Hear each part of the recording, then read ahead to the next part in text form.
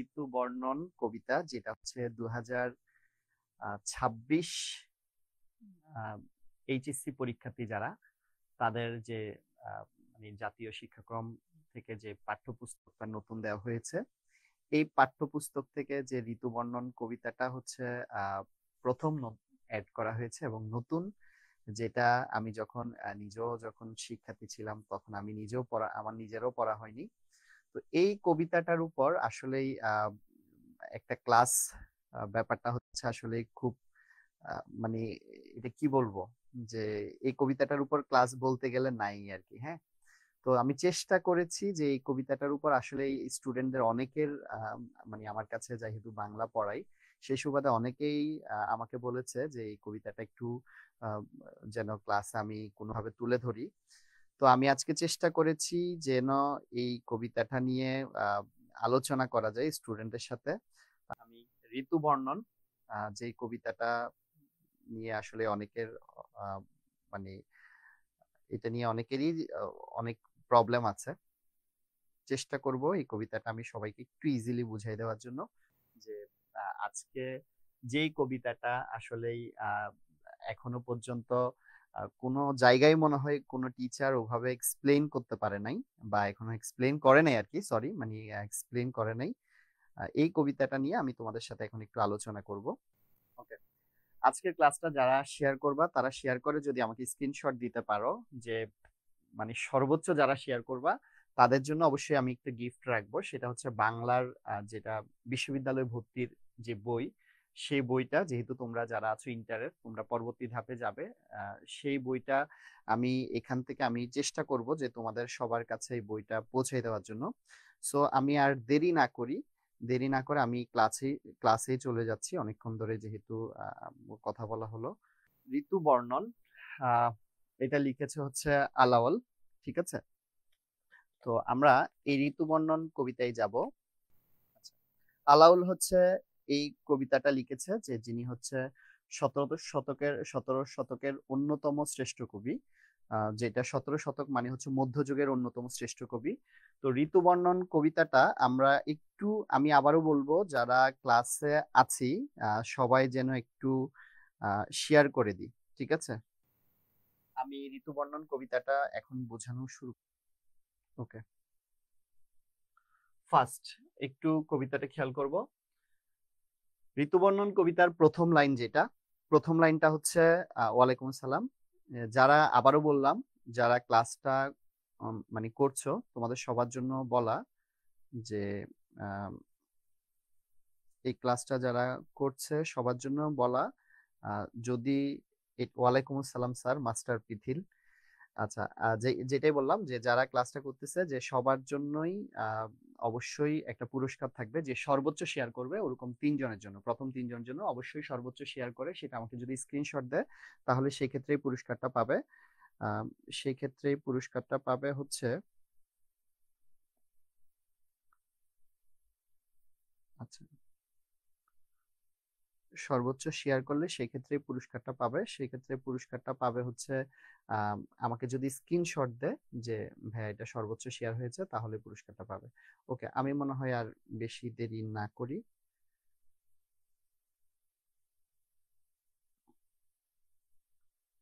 ওকে, super. আচ্ছা, ঋতু বর্ণন এটা লিখেছে হচ্ছে আলাউল। উনি হচ্ছে 1700 শতকের অন্যতম একজন কবি, মানে শ্রেষ্ঠ কবি, যেটা মধ্যযুগের। তো প্রথম লাইনটা হচ্ছে, প্রথমে বসন্ত ঋতুর নবীন পল্লব। আমার কাছে মনে হয় আর কি এইচএসসির যে নতুন বই, সবচেয়ে যদি কঠিন কবিতা বলতে যাই তার মধ্যে হচ্ছে এটা একটা। এই কবিতার মূল ভাবটা কি বা মূল কথাটা কি, সেটা হচ্ছে এই কবিতায় ঋতু বৈচিত্র্য, যে আমাদের যে ষড় ঋতুর বাংলাদেশ, এই ষড় ঋতুর বাংলাদেশের যে 6টি ঋতু আছে, এই 6টি ঋতু সম্পর্কে এই কবিতায় হচ্ছে আহ তুলে ধরা হয়েছে।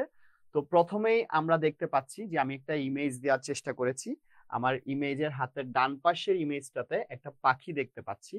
এখন পাখিটা একটা শিমুল ফুল, আমার নাম শিমুল, শিমুল ফুলের উপরেই হচ্ছে বসে আছে। তো এটা দেখেই বোঝা যাচ্ছে যে এটা আহ, এই সিনটা আমরা নর্মালি দেখতে পাই হচ্ছে বসন্তকালে। হ্যাঁ, তো তার মানে হচ্ছে এখানে বসন্তকালের বসন্তকালের বর্ণনা দেওয়া হচ্ছে এই প্রথম পর্বটাতে। হ্যাঁ, প্রথম পর্ব বলতে এই কবিতায় হচ্ছে 6টা ঋতুরই বর্ণনা দেওয়া আছে। মূলত এই কবিতার মূল ভাব কি যদি জানতে চাই, তাহলে এটা হচ্ছে ঋতু বৈচিত্র্য বা ঋতুর সৌন্দর্য।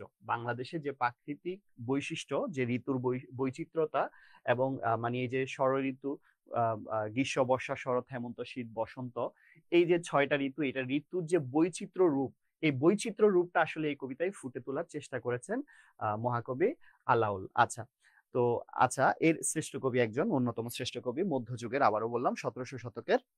তো এই ঋতু বৈচিত্র্যের ফলে যে মানব মনের যে প্রভাবটা হয়, সেটা আমরা হচ্ছে এই কবিতায় দেখতে পাই।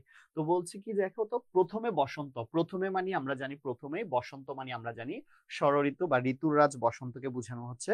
প্রথমে বসন্ত, ঋতুর নবীন পল্লব, ঠিক আছে। আচ্ছা, প্রথমে বসন্ত ঋতু আসে, নবীন পল্লব, নবীন মানে কি? নবীন মানে হচ্ছে নতুন, আর পল্লব মানে কি? পল্লব মানে পাতা। আমি চেষ্টা করব অক্ষর বাই অক্ষর এখানে একদম প্রত্যেকটা শব্দে কারো যেন কোনো প্রবলেম না থাকে, কারো যেন কোনো প্রবলেম না থাকে। আমি আবারও বললাম, যারা এই ক্লাসটা, আজকের ক্লাসটা যারা শেয়ার করবে, আমি ভাইয়ারা আবারও বলতেছি, যারা আজকের ক্লাসটা শেয়ার করে দিবে তাদের সবার জন্য ডেফিনেটলি আমার পক্ষ থেকে, সবার জন্য না, সরি, যে প্রথম 3জন যে ক্লাসটা শেয়ার করবে, যে সর্বোচ্চ শেয়ার করবে, ওরকম প্রথম 3জন যারা আমাকে স্ক্রিনশট দিবে, তাদের জন্য আমাদের পক্ষ থেকে অবশ্যই একটা পুরস্কার থাকবে। সো একটু রিকোয়েস্ট করব যে যারা এখন ক্লাসটাতে জয়েন করেছো, একটু সবাই সব ফ্রেন্ডদেরকে একটু জানিয়ে দাও যে তোমাদের ক্লাসটা শুরু হয়ে গেছে। আচ্ছা, তো প্রথমে বসন্ত ঋতু, নবীন পল্লব মানে প্রথমে বসন্ত ঋতু আসে তার নতুন পাতা নিয়ে। কারণ বসন্তের শুরুতে আমরা জানি যে নতুন পাতা গাছে গাছে আসে। ওকে, প্রথমে বসন্ত ঋতু, নবীন পল্লব, দুপক্ষ আগে পাছে। দুপক্ষ বলতে এখানে কাকে বোঝানো হয়েছে একটু আমি বুঝাবো। দুপক্ষ বলতে এখানে বোঝানো হয়েছে, আচ্ছা, দুপক্ষ আগে পাছে। দুপক্ষ মানে এখানে দুটি পক্ষকে বোঝানো হয়েছে, খেয়াল করবা। দুপক্ষ বলতে এখানে গ্রীষ্মকাল, গ্রীষ্ম ও শীত, এই দুটি পক্ষ।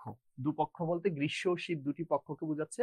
দুপক্ষ মানে এখানে দুটি পক্ষ, একটা হচ্ছে গ্রীষ্ম আর একটা হচ্ছে শীত।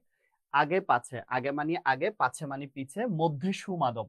সুমাধব মানে কি? সুমাধব হচ্ছে উত্তম বসন্ত, মানে বেস্ট বসন্ত, ঠিক আছে। তার মানে বোঝা যাচ্ছে কি এই কবিতায়, একটু খেয়াল করব আমরা। আবারও বললাম, একটু খেয়াল করার চেষ্টা করবো। প্রথমে বসন্ত ঋতু, নবীন পল্লব মানে শুরুতেই হচ্ছে বসন্ত ঋতু, তার নতুন পাতা নিয়ে আসে। দুপক্ষ মানে দুটি পক্ষ, গ্রীষ্ম ও শীত।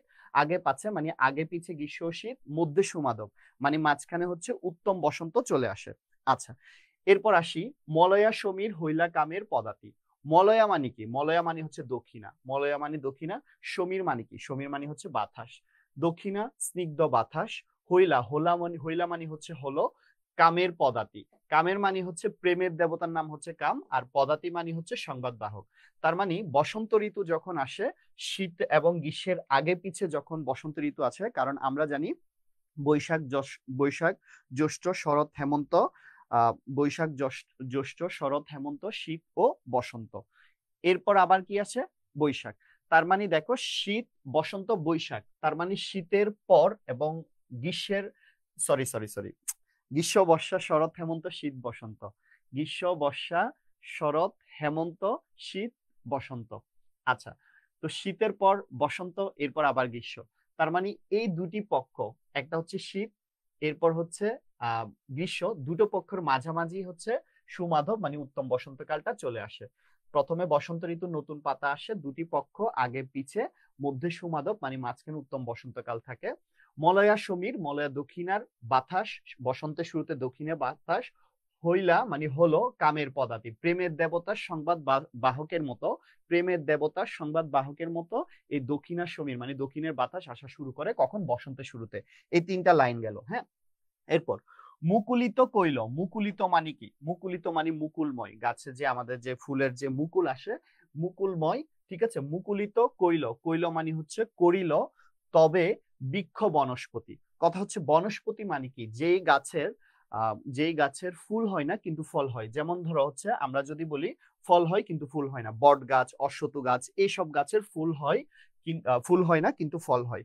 তার মানে বোঝা যাচ্ছে যে মুকুলিত কইল তবে বৃক্ষ বনস্পতি মানে বনস্পতি গাছের হলো যে মুকুল আসা শুরু করে, এটা বুঝাতে চাচ্ছে। তার মানে এইটা দিয়ে বসন্ত ঋতু আসে। আহ বসন্ত ঋতু আসে হচ্ছে শীত আর গ্রীষ্মের আগে পিছে, এবং তখন দক্ষিণা সমীর মানে দক্ষিণের বাতাস হলো যে তার মানে আহ, দক্ষিণা বাতাসের হচ্ছে প্রেমের দেবতা, দক্ষিণা বাতাসের বাহক হয়ে এই বসন্ত ঋতু আসে, প্রেমের দেবতা। আর হচ্ছে বনস্পতি গাছ বা বট গাছ এগুলো তো হলো যে কি হয়, মুকুলিত হয়। এরপর কুসুমিত, কুসুমিত মানে হচ্ছে ফুটেছে। কিংশুক, কিংশুক মানে কি, পলাশ ফুল, ঠিক আছে। কুসুমিত মানে ফুটেছে, কিংশুক মানে পলাশ ফুল ফুটেছে।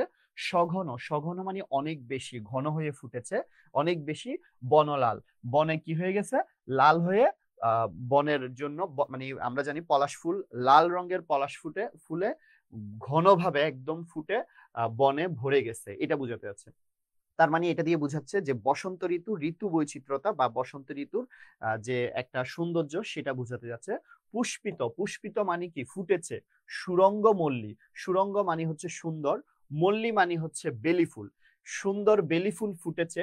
লবঙ্গ গুলাল, লবঙ্গ মানে হচ্ছে মশলা ফুল, যেটা যে মশলার আমরা যে মশলা খাই, এই যে মশলার যে একটা ফুল আছে, এটা মশলা ফুলকে বোঝানো হচ্ছে লবঙ্গ। গুলাল বলতে অ্যাকচুয়ালি একটা রং, গুলাল শব্দের অর্থ হচ্ছে রং, এখানে গুলাল বলতে লাল রংটাকে বোঝানো হচ্ছে, ঠিক আছে। লাল রং, আবির বা রং, আবির হচ্ছে ফার্সি ভাষার শব্দ, ঠিক আছে। এটা যদিও আগের অনেক বইতে আরবি ভাষার শব্দ ছিল, এটা আসলে বাংলা ডিকশনারিতে শব্দগুলো অনেক সময় চেঞ্জ করে ফেলে, এটা নিয়ে তো কিছু করার নাই, ঠিক আছে। যে অনেক সময় কিছু দেশি শব্দ ছিল, এটা আবার হচ্ছে বিদেশি শব্দতে চলে যাচ্ছে, দেখা যাচ্ছে, হোয়াট এভার, এটা নিয়ে আমরা এখন কথা না বলি। তো যেটা বলা হচ্ছে, গুলাল মানে হচ্ছে নর্মালি আবির বা রং, আবির এটা হচ্ছে একটা ফার্সি শব্দ, আর হচ্ছে গুলাল বলতে এখানে লাল রংকে বোঝানো হচ্ছে। তার মানে দেখো, পুষ্পিত সুরঙ্গ মল্লী লবঙ্গ গুলাল, মানে সুন্দর ফুল ফুটেছে।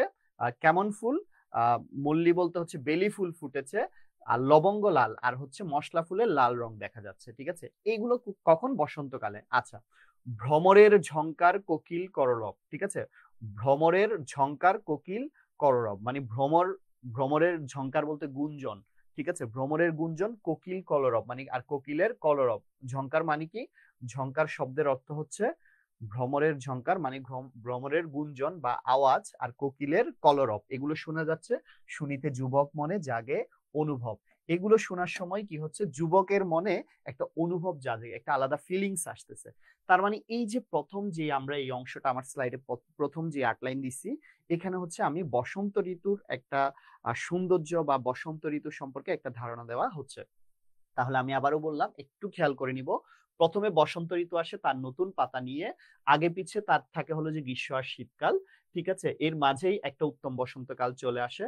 দক্ষিণ দিকের বাতাস আসে, এই দক্ষিণ দিকের বাতাস হচ্ছে প্রেমের দেবতার বাহক হিসেবে আসে, প্রেমের দেবতার বাহক মানে নতুন একটা ঋতু প্রেমের দেবতার বাহক হিসেবে আসে। আর মুকুলে হচ্ছে গাছের মুকুল চলে আসে, এমন কি হলো যে বট গাছেও হলো যে মুকুল চলে আসে। আর সেই সাথে হচ্ছে পলাশ ফুলের লাল রঙে হলো যে কি বন ভরে যায়, কুসুমিত কিংশুক, এটা দিয়ে পলাশ ফুলের লাল রং বন ভরে যায়।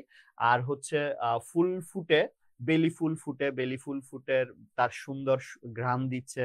তারপর হচ্ছে লবঙ্গ বা হলো যে মশলা ফুল ফুটে, সেটা অনেক লাল হয়ে ফুটতেছে। পাশাপাশি ভ্রমরের আওয়াজ শোনা যাচ্ছে, কোকিলের আওয়াজ শোনা যাচ্ছে, এবং যুবকের মনে একটা অনুভব আসতেছে। সো আমি এই প্রথম যে আউটলাইন বুঝালাম, যে সবাই একটু ক্লিয়ারলি এই আউটলাইনটা বুঝতে পারছি কিনা, একটু ভাইয়ারা আমাকে একটু কমেন্ট করে জানাবা, দ্রুত কমেন্ট করে জানাবা যে এই আউটলাইনটা সবাই ক্লিয়ার কিনা, আউটলাইনটা সবাই ক্লিয়ার কিনা। আবারও বলে রাখি, একটু যারা এইচএসসি 2026 ব্যাচের যেসব স্টুডেন্ট আছে, এখনো তোমরা মনে হয় এটা কোনো কলেজে বা আমি শিওর না, খুব সম্ভবত কোনো কলেজ বা কোনো জায়গায় এটা এখনো পড়ানো শুরু হয় নাই, এবং এটা স্টুডেন্টরাও এখনো আসলে এটা নিয়ে এখনো কোনো জায়গা থেকে স্বচ্ছ ধারণা পাই নাই। তারপরেও আমি চেষ্টা করছি আমার জায়গা থেকে যতটুকু পাচ্ছে, মানে যতটুকু পসিবল হচ্ছে, আমি তোমাদেরকে এই আমার ক্লাসটা একটু যেন সবাই বুঝে পাও, মানে সবাই যেন বুঝতে পারো এই বাংলার যে নতুন সিলেবাস আসছে এটা নিয়ে ধারণা নাই, এটা চ্যাপ্টার গুলো কিভাবে পড়বো, বা অনেকেই যখন পড়তে যাবা দেখবা এই কবিতাটা অনেক কঠিন মনে হবে। তো যাদের কাছে তোমাদের এটা মনে হচ্ছে, তোমাদের এই ব্যাপারটা আমি যেন যতটুকু পারি সহজ করে দেওয়ার জন্য আমি আমার সর্বোচ্চ প্রয়াস তোমাদেরকে সহজ করার জন্য চেষ্টা করলাম। তোমাদের একটু সহযোগিতা তো ডেফিনেটলি দরকার আছে। আবারও বললাম, যারা 26 ব্যাচের আছো তোমরা ক্লাসটা একটু শেয়ার দিবা, পাশাপাশি তোমার বন্ধুরা যারা ক্লাস করতেছে বা যারা তোমার সাথে পড়ে তারা যেন দেখতে পারে। ওকে, যারা সালাম দিয়েছে একসাথে সবাইকে ওয়ালাইকুম আসসালাম, ঠিক আছে। ওকে, একসাথে সবাইকে ওয়ালাইকুম আসসালাম। ওকে, তাহলে আমার মনে হয় এই আউটলাইনে কোনো প্রবলেম নেই। পরে আসি, বলা হচ্ছে নানান পুষ্পমালা গলে বড় হর্ষিত। নানান পুষ্পমালা মানে বিভিন্ন ধরনের পুষ্পমালা, বিভিন্ন ধরনের ফুলে গলে বড় হর্ষিত, মানে ফুলের মালা পরে গলে মানে কি গলায়, বড় হর্ষিত মানে কি, হর্ষিত মানে হচ্ছে আনন্দিত হচ্ছে, ঠিক আছে, বিভিন্ন ধরনের ফুলের মালা পরে আনন্দিত হয়ে যাচ্ছে, ঠিক আছে। আচ্ছা, কারণ কি, এই যে এটা তো বলছি যে প্রেমের দেবতারও বাহক আসতেছে, সবার মনে অনুভূতি জাগতেছে, আবার গলায় হচ্ছে ফুলের মালা পরতে পারলে একটু আনন্দ লাগবে। আচ্ছা, বিচিত্র বসন অঙ্গে চন্দন চর্চিত। বিচিত্র বসন, বসন মানে কি পোশাক, কারণ বসন্ত ঋতুতে বিচিত্র বসন অঙ্গে চন্দন চর্চিত মানে বিচিত্র বসন মানে বিচিত্র পোশাকের অঙ্গে পরে চন্দন চর্চিত মানে চন্দনের মতো চর্চিত মানে সাজতেছি, মানে আমরা বিভিন্ন ভাবে বসন্তে আমরা এই যে কেউ মাথায় হলো যে ফুল দেয়, এইভাবে বিভিন্ন ভাবে কেউ বিভিন্ন ধরনের কাপড় চোপড় পরে সাজে, এরকম এটা দিয়ে সাজের কথা বোঝাচ্ছে। তার মানে একটা জিনিস যদি খেয়াল করি, আমি যে ফার্স্ট স্লাইড যেটা পড়াইছি ওখানে ছিল 8 লাইন, এখন পড়াচ্ছি আরো 2 লাইন, এই 10 লাইনে হচ্ছে বসন্ত ঋতুর বর্ণনা দেওয়া হচ্ছে। তার মানে আমাদের এই কবিতার প্রথম যে 10টা লাইন, এই 10টা লাইনে বসন্ত ঋতুর বর্ণনা দেওয়া হয়েছে। এবার আসি 10 লাইনের পর 11 নম্বর লাইন, যেটা নিধাক সময়ে অতি প্রচন্ড। নিধাক মানে কি, নিধাক মানে হচ্ছে ভাইয়া গ্রীষ্মকাল, এই জন্য আমি এখানে পাশে একটা মানে ইমেজ দেওয়ার চেষ্টা করছি সামার, ঠিক আছে। আচ্ছা, সামার টাইম, নিধাক, নিধাক মানে হচ্ছে কি গ্রীষ্মকালে, সময়ে মানে গ্রীষ্মের সময়, অতি প্রচন্ড তপন, তপন মানে কি উত্তাপ বা তাপ, মানে সূর্যের প্রচন্ড উত্তাপ শুরু হয় কখন, গ্রীষ্মকালের সময়, ঠিক আছে। আচ্ছা, গ্রীষ্মের সময় প্রচন্ড উত্তাপ, রৌদ্র, এটা একটু ভুল আসছে সরি, রৌদ্র ত্রাসে মানে রোদের ত্রাসে মানে ভয়ে, ঠিক আছে, প্রচন্ড রোদের ভয়ে রহে ছায়া চরণে শরণ, শরণ মানে কি আশ্রয়, মানে রৌদ্রের ভয়ে ছায়া কিন্তু মাথার নিচে চলে যায়, মানে কি শুধু শরীরের উপর রৌদ্রটা পড়ে, ওই ছায়াটা পড়ে না, মানে কোনো কিছু ছায়া থাকে না, শুধু রোদ থাকে, জাস্ট নিচে একটু চরণে পায়ে হলো যে একটা শুধু ছায়া দেখা যায়। এই 2 লাইন দিয়ে বুঝাচ্ছে কি গ্রীষ্মের সময় প্রচন্ড রোদের তাপ এবং এই ভয়ে ছায়াপুঞ্জ তো লুকায় মানুষের পায়ের নিচে চলে যাচ্ছে, চরণে শরণ, শরণ মানে আশ্রয় নিচ্ছে। চন্দন চম্পক, চম্পক মানে কি চম্পা ফুল, ঠিক আছে, চন্দন চম্পক, মাল্য, মাল্য মানে হচ্ছে মালা, মলয়া পাবন, মলয়া মানে আমি অলরেডি পড়ে আসছি তোমাদেরকে, মলয়া মানে হচ্ছে দক্ষিণা, আর পাবন পবন, পবন মানে হচ্ছে বায়ু। তার মানে হচ্ছে চন্দন চপক মানে চন্দনের চন্দন আর চাপার মালা, মলয়া পাবন মানে দক্ষিণা বায়ুতে হলো যে এই চন্দন আর হলো যে চন্দন আর চাপা এসব ফুলের হলো যে বিভিন্ন মালাগুলো দেখা যাচ্ছে বা এগুলোর বাতাসে এগুলোর ঘ্রাণগুলো আসতেছে, ঠিক আছে। তার মানে এটা দিয়ে বুঝাচ্ছে যে দক্ষিণে বাতাসের অবস্থাটা বুঝাচ্ছে। আচ্ছা, এরপর বলা হচ্ছে একটু খেয়াল করবা, আহ এরপর বলা হচ্ছে ওকে, এরপর বলা হচ্ছে সতত দম্পতি সঙ্গে ব্যাপিত মদন, সতত মানে সবসময়, দম্পতি মানে হচ্ছে কাপল, ঠিক আছে, সবসময় কাপলরা সঙ্গে ব্যাপিত মদন, ব্যাপিত মানে নিযুক্ত আছে, মদন মানে হচ্ছে প্রেমের দেবতা। তার মানে এই এটা দিয়ে বোঝাচ্ছে গ্রীষ্মকাল, গ্রীষ্মকালে রৌদ্রের উত্তাপ থাকে, গাছেও ফুল থাকে, এটাও বোঝাচ্ছে যে গাছে ফুল থাকে, ফুলের বাতাস আসে, ঘ্রাণ আসে। আর পাশাপাশি বলা হচ্ছে সতত মানে সবসময়, সবসময় হচ্ছে এখানে একটু সরি, সবসময় এই মানে প্রেমিক প্রেমিকারা বা কাপলরা হচ্ছে মানে তাদের সাথে প্রেমের দেবতা নিযুক্ত থাকতেছে, তার মানে গ্রীষ্মকালও হচ্ছে মোটামুটি একটু ভালো রোমান্স করতেছে, এটাই বুঝাচ্ছে, ঠিক আছে। তো এটাই বুঝাচ্ছে, আমার মনে হয় এটা নিয়েও কারোর সমস্যা নাই। ওকে, এটা নিয়েও কারোর সমস্যা নাই। এবার আসি, আমার মনে হয় এটা নিয়েও কারোর সমস্যা নাই। ওকে, এরপর পাবন সময় ঘন ঘন গর্জিত, ঘন ঘন গর্জন করতেছে কি পাবন সময় মানে বর্ষার সময়, পাবন মানে কি বর্ষাকালে। তার মানে এই যে দেখো ভাইয়ারা, আমি একটু বলি, প্রথম 10 লাইন ছিল আমাদের বসন্তকালের বসন্তকালের বর্ণনা, এরপর যে 4 লাইন, এই 4 লাইন ছিল হচ্ছে হট সামার বা হচ্ছে সামার টাইম, ঠিক আছে। আচ্ছা, এই তাইলে কত লাইন গেল, 14 লাইন। এবার 15 নাম্বার লাইন থেকে হচ্ছে বর্ষাকালের বর্ণনা, এই জন্য আমি একটা বর্ষাকালের ছবি দিয়ে দিছি।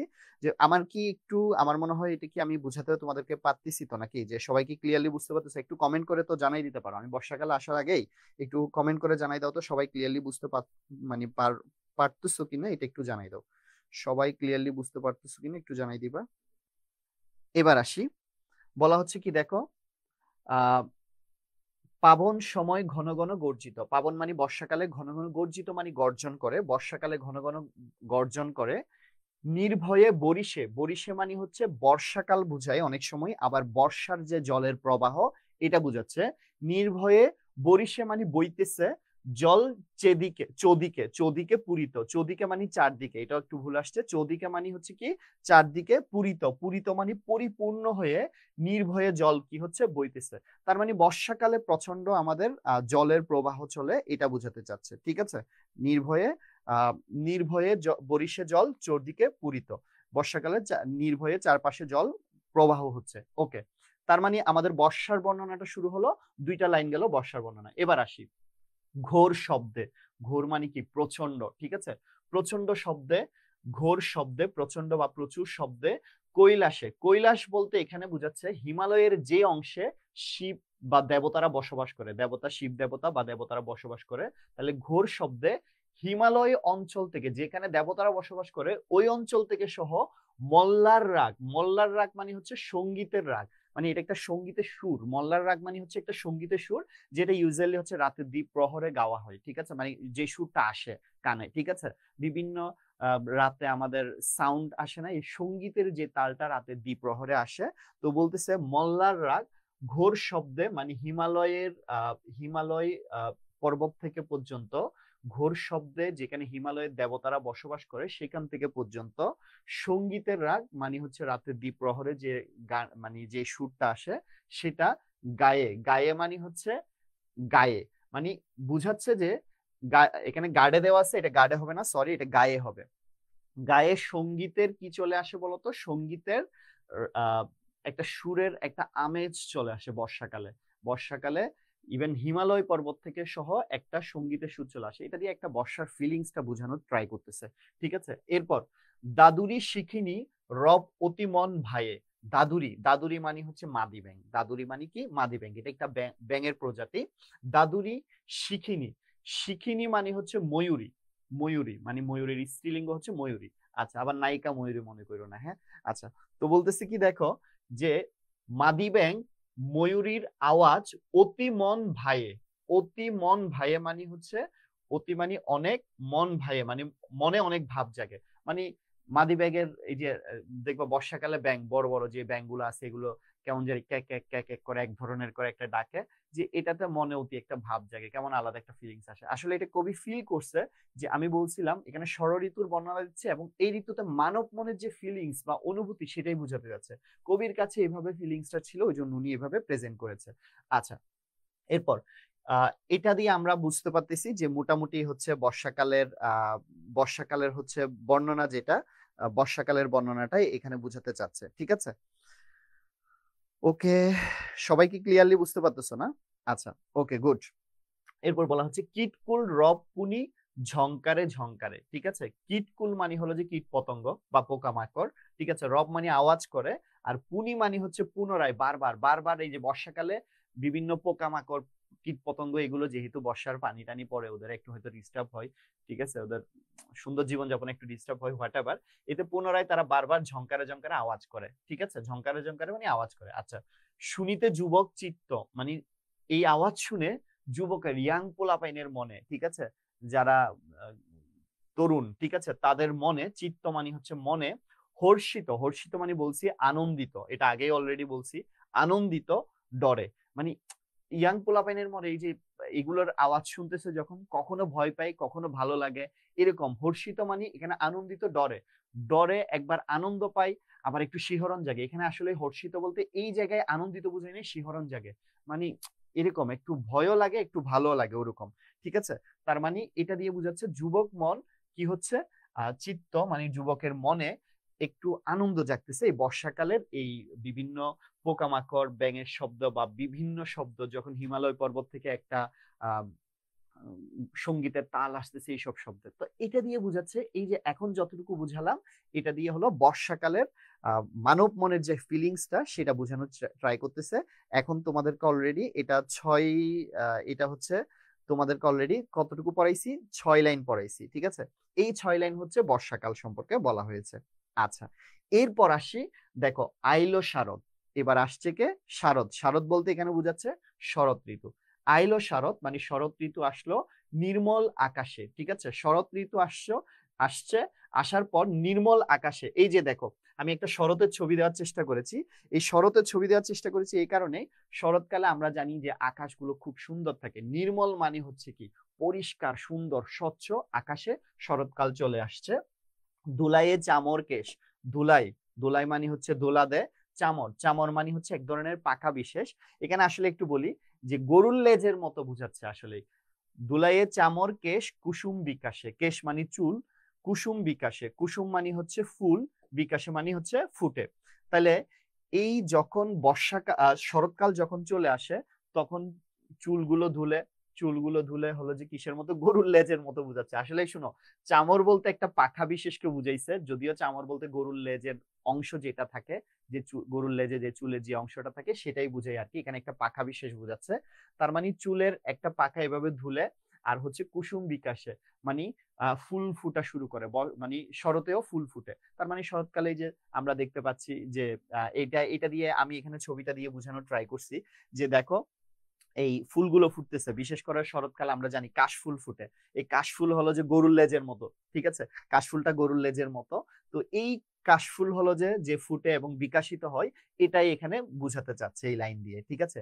নবীন খঞ্জন, ঠিক আছে, এইগুলো কিসের, এইগুলো বর্ণনা, যেটা এই বর্ণনাটা হচ্ছে শরৎকালের। আচ্ছা, নবীন খঞ্জন দেখি বড়হি কৌতুক, খঞ্জন মানে কি পাখির নাম, এটা এক ধরনের চঞ্চল প্রকৃতির পাখি, খঞ্জন পাখি। তাহলে নতুন খঞ্জন পাখি দেখি বড়হি কৌতুক, এটা কেতুক না কৌতুক, কৌতুক মানে হচ্ছে মজা পাই, শরৎকাল আসার সঙ্গে সঙ্গে এই পাখিগুলো কি করে, কৌতুক মানে আনন্দ জাগে বা মজা দেয়, ওদের কাছে খুব মজা লাগে নতুন পাখিগুলোর কাছে। উপাজিত, উপাজিত মানে কি দেখো তো, উপাজিত মানে উৎপন্ন হয়, যামিনী দম্পতি মনে সুখ, ঠিক আছে, যামিনী মানে হচ্ছে রাত্রি বা রাতে, দম্পতি সুখ, শরৎকালে রাতে কাপড়রা একটু বেশি ভালো লাগে ওদের, কারণ বেশি গরমও না বেশি ঠান্ডা না, নাতিশীতোষ্ণ, ওয়াও ফ্লেভার, ঠিক আছে, এটাই বোঝাতে চাচ্ছি। আচ্ছা, তো তার মানে হচ্ছে উপাজিত উৎপন্ন হয় যামিনী, যামিনী মানে হলো যে রাতে, দম্পতি মনে সুখ, রাতে দম্পতিদের মনে সুখ উৎপন্ন হয়।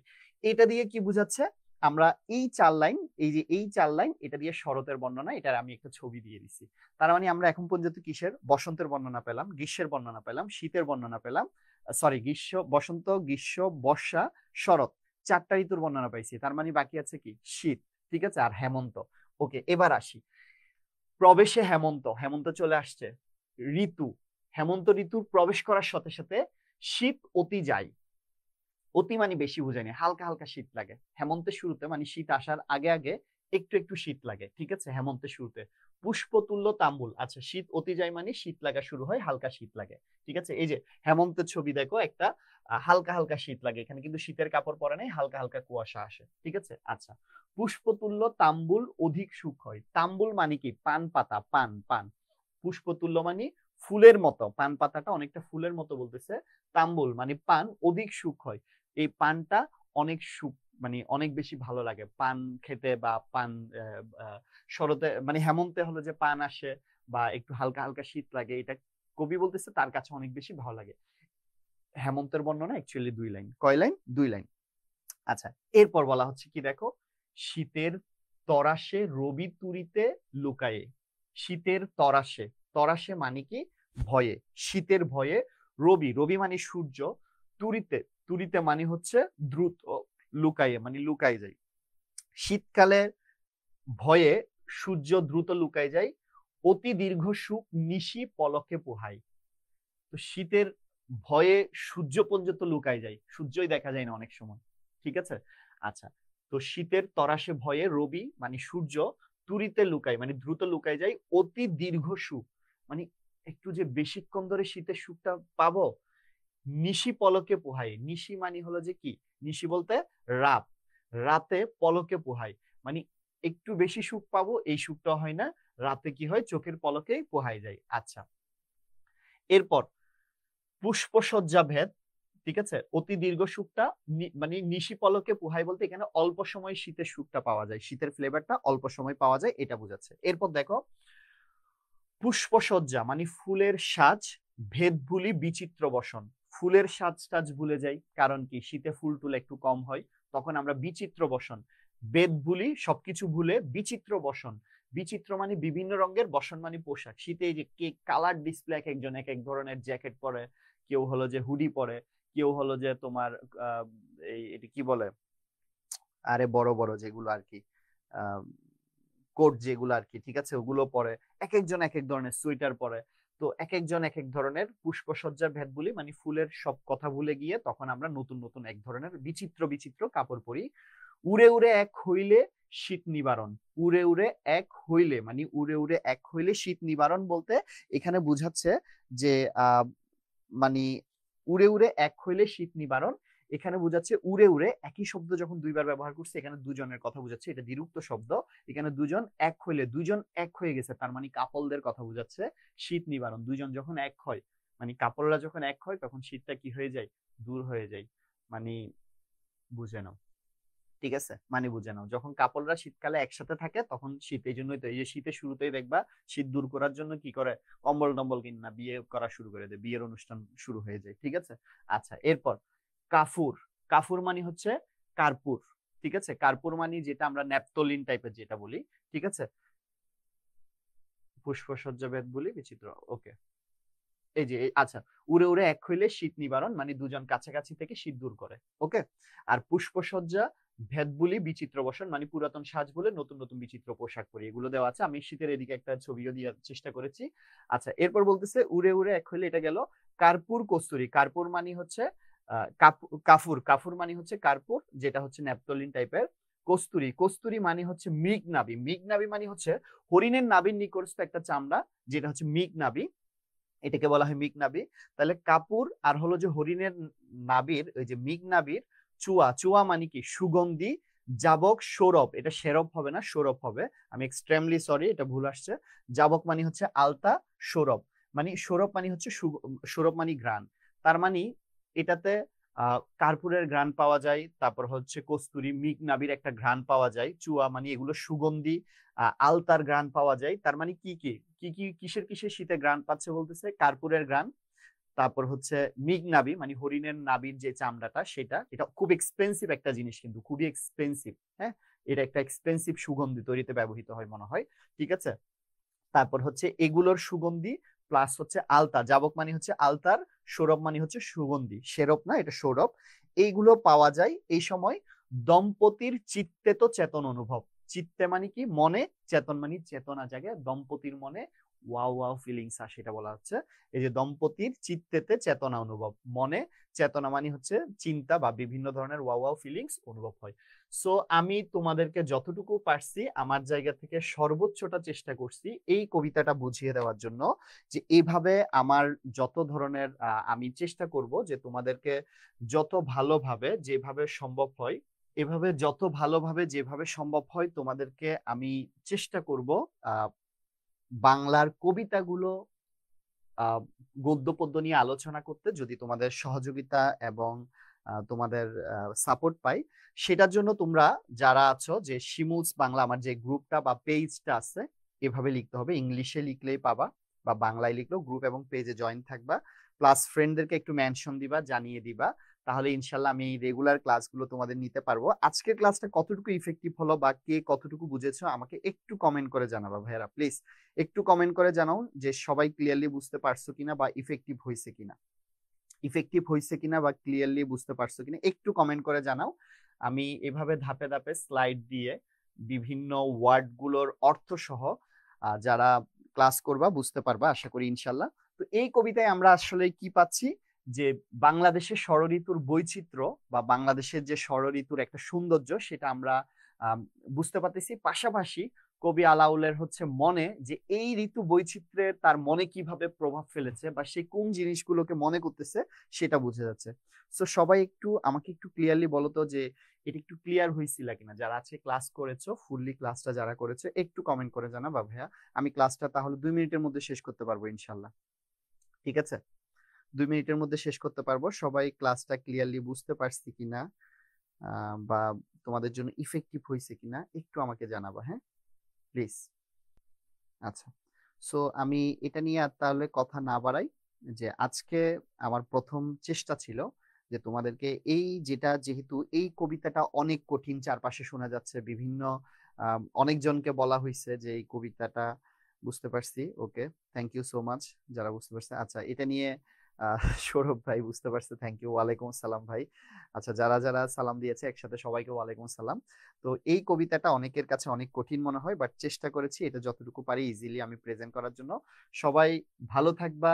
আর সবার জন্য আমি একটাই কথাই যে যখন আমাদের ক্লাসগুলো হবে বা আমি যখন ক্লাসগুলো নিব, একটু চেষ্টা করবা তোমরা হচ্ছে এই চেষ্টা করবা যেন যে কোনো ভাবে ক্লাসগুলোতে যেন রেগুলার প্রেজেন্ট থাকা যায়, বা ফ্রেন্ডদেরকেও একটু মেনশন দিবা যেন, বা ওদেরকেও একটু শেয়ার করে যে কোনো ভাবে ইনভাইট করে জানাবা যেন তারা ক্লাসে আসে। আমি চেষ্টা করেছি। আর এটার আমি আহ, আমার ইয়াতে পিডিএফটা আমি দিয়ে দিব। কোথায়? আমার ক্লাসে। আমি ক্লাস শেষ হলে, আজকে না, আমি আমার এটার কমেন্ট বক্সে পিডিএফটা দিয়ে দিব। সবাই ভালো থাকবা, সুস্থ থাকবা। আজকের মতো আমার ক্লাসটা এখানে শেষ করছি এবং বিদায় নিচ্ছি। আর সবাইকে অবশ্যই অবশ্যই আমি বলবো যে তোমরা নিজেরা তো জয়েন হবা, ফ্রেন্ডদেরকেও আমার এই গ্রুপে জয়েন থাকতে বলবো যেন ক্লাসগুলো এভাবে ধারাবাহিকভাবে পাও। আসসালামু আলাইকুম।